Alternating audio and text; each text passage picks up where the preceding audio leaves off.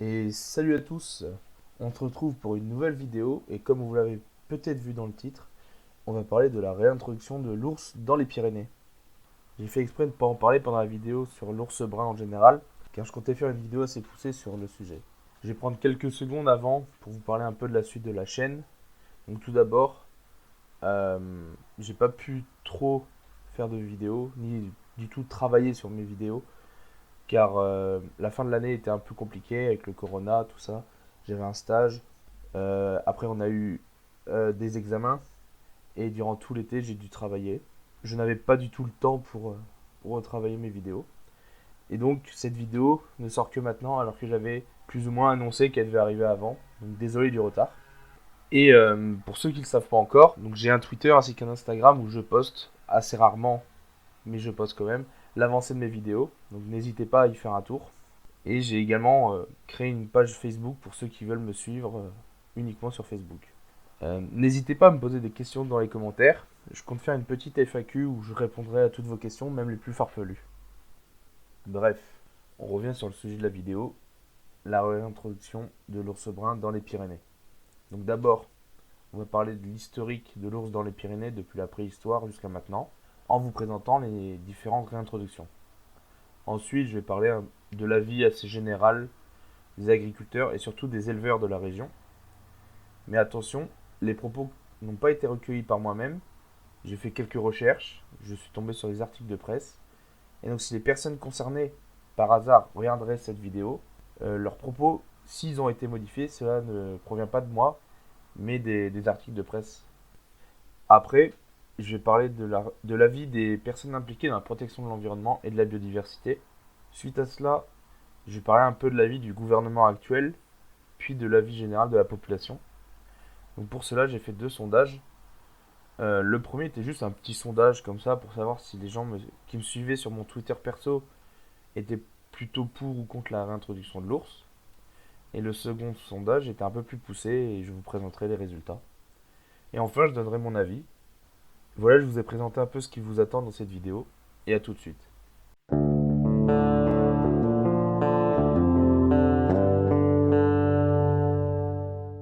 Il faut savoir que l'ours brun est présent depuis près de 250 000 ans en Europe.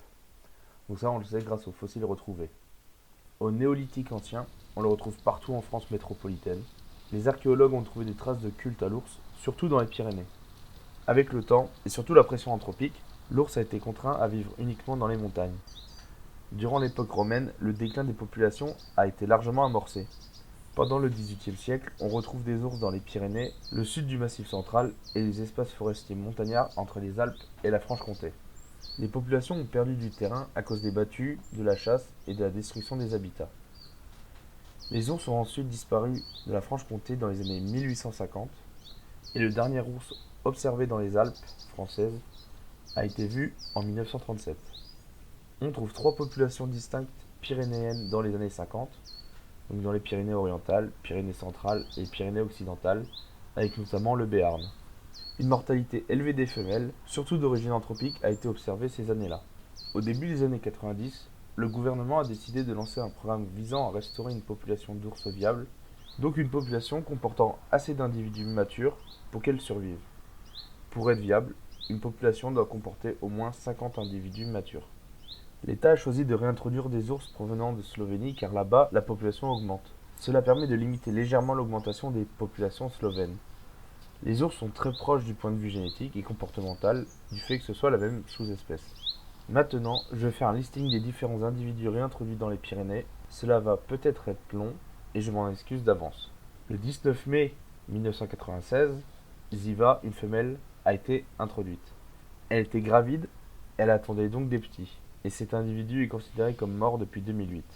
Moins d'un mois après, le 6 juin, Melva a été introduite. Elle était gravide également, mais elle a été tuée par un chasseur pendant une battue le 27 septembre 1997. Le 2 mai 1997, Pyros, un gros mâle de 235 kg quand même, arrive. Des études ont montré qu'il est le père de 80% des oursons, et on ne le localise plus depuis avril 2018. Près de 10 ans plus tard, le 25 avril 2006, c'est au tour de Paloma d'arriver. Elle est décédée quelques mois plus tard à la suite d'une chute accidentelle d'une barre rocheuse. 3 jours plus tard, Franska est introduite. Elle décède un peu plus d'un an après, à la suite d'une collision avec une voiture. Le 17 mai 2006 arrive Vala, une femelle. Moins d'un mois après arrive Balou, un mâle. Mais il ne parvient pas à s'imposer face à Pyros et quitte les Pyrénées centrales. Il a été retrouvé mort au début du mois de juin 2014, peut-être foudroyé. Fin août 2006 arrive Sarouz, une femelle a priori stérile. Le 6 juin 2016 arrive Guat, un mâle, pour limiter la consanguinité dans la population. Et les 4 et 5 octobre 2018 arrivent Claverina et Sorita, deux femelles. Après cette historique de la présence des ours bruns dans les Pyrénées, nous allons passer aux avis des différentes catégories de personnes. Donc je souhaite vous prévenir que les propos ont été trouvés pour la plupart dans des articles de presse. Je n'ai rien modifié. Donc si les propos ne sont pas exacts, cela vient de l'article et non de moi. Donc maintenant, passons à l'avis des agriculteurs. Il faut savoir qu'il y a eu 638 brebis tuées en 2019 et que l'État donne 195 € par bête tuée quand elle est retrouvée. Pour de nombreux bergers, la présence de l'ours est incompatible avec leur activité professionnelle. Pour eux, l'ours dévaste les élevages et la cohabitation est impossible. D'après le président de la Fédération pastorale de l'Ariège, les agriculteurs sont à bout de nerfs, certains risquent de passer à l'acte. Seul le retrait des ours réglerait leurs problèmes. Il faut savoir que perdre son troupeau ne représente pas uniquement une perte d'argent pour l'éleveur, mais également une perte d'années de travail avec la sélection des animaux, le fait de les habituer à l'exploitation ainsi qu'à l'estive. Les éleveurs veulent que les élus des régions concernées soient mieux écoutés dans les instances décisionnaires. Pour de nombreux éleveurs, la protection des troupeaux ainsi que l'effarouchement des ours ne sont pas efficaces.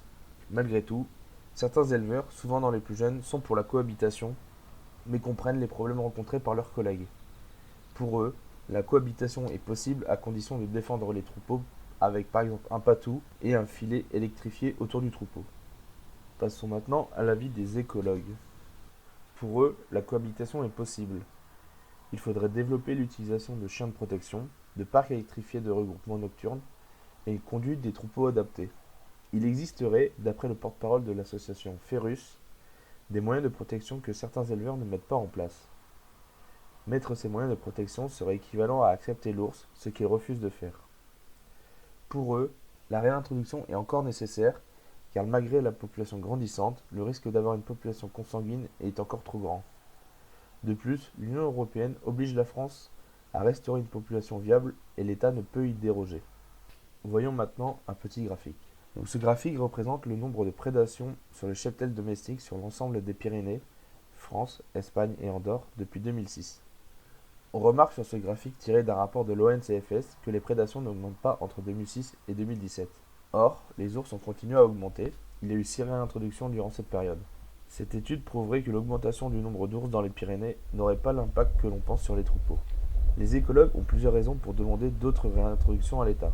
L'ours brun étant une espèce protégée, il est donc obligatoire de faire en sorte que la population soit viable. Cette espèce représente également un patrimoine culturel étant donné qu'il est le symbole des Pyrénées. Ils ont un rôle écologique également. Les prédateurs sont des indicateurs fiables sur l'état de santé d'un écosystème. Ce sont les premiers à disparaître s'il y a un déséquilibre dans celui-ci. Passons maintenant à l'avis de l'État.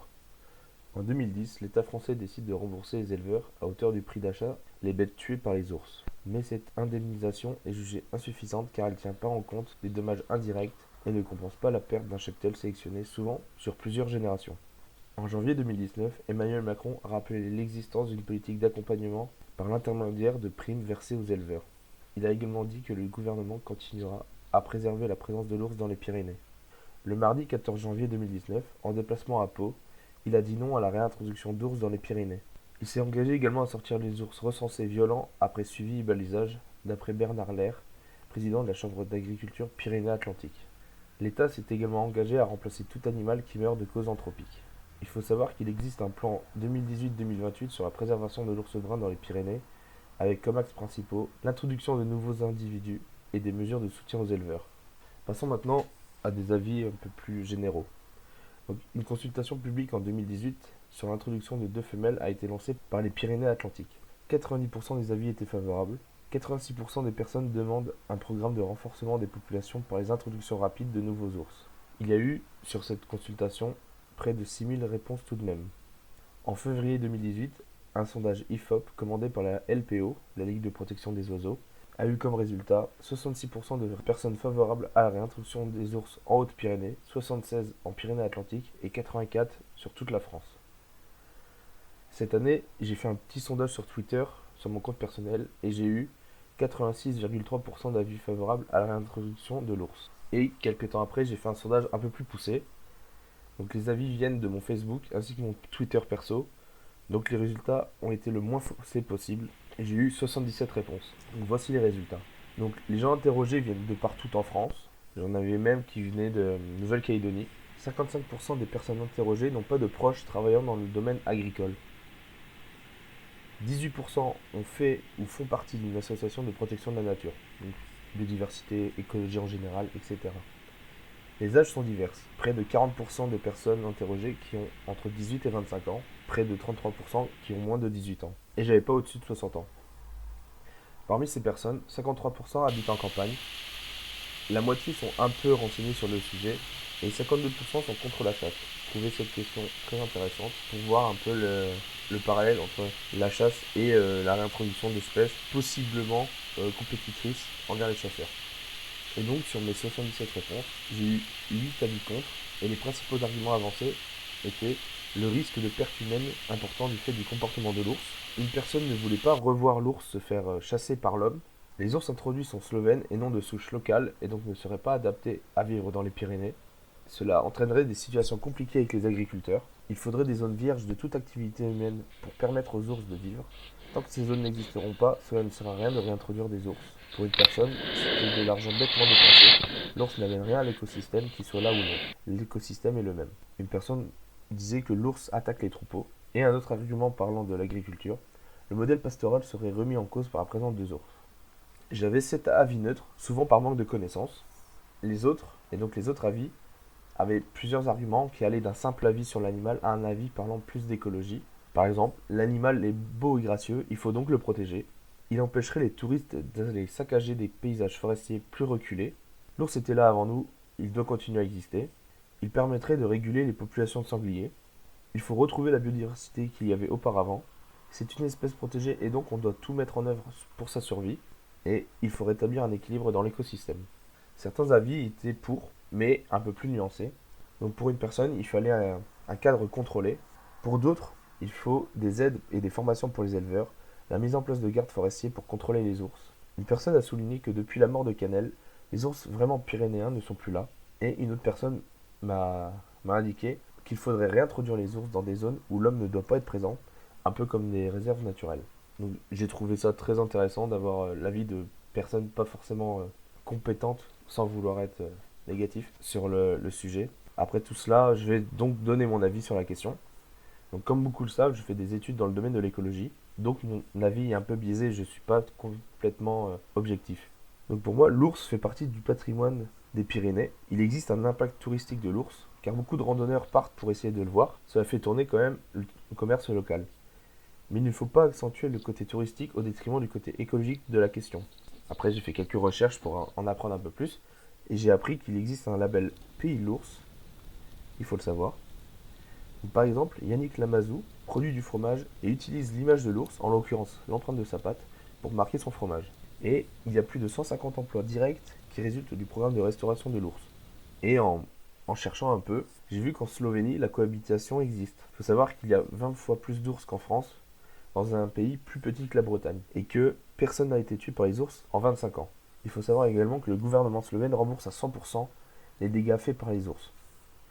Mais qu'il existe également un quota de chasse dans ce pays pour pouvoir chasser l'ours. Et 80% du prix de l'installation de clôture électrique autour des troupeaux est payé par l'État.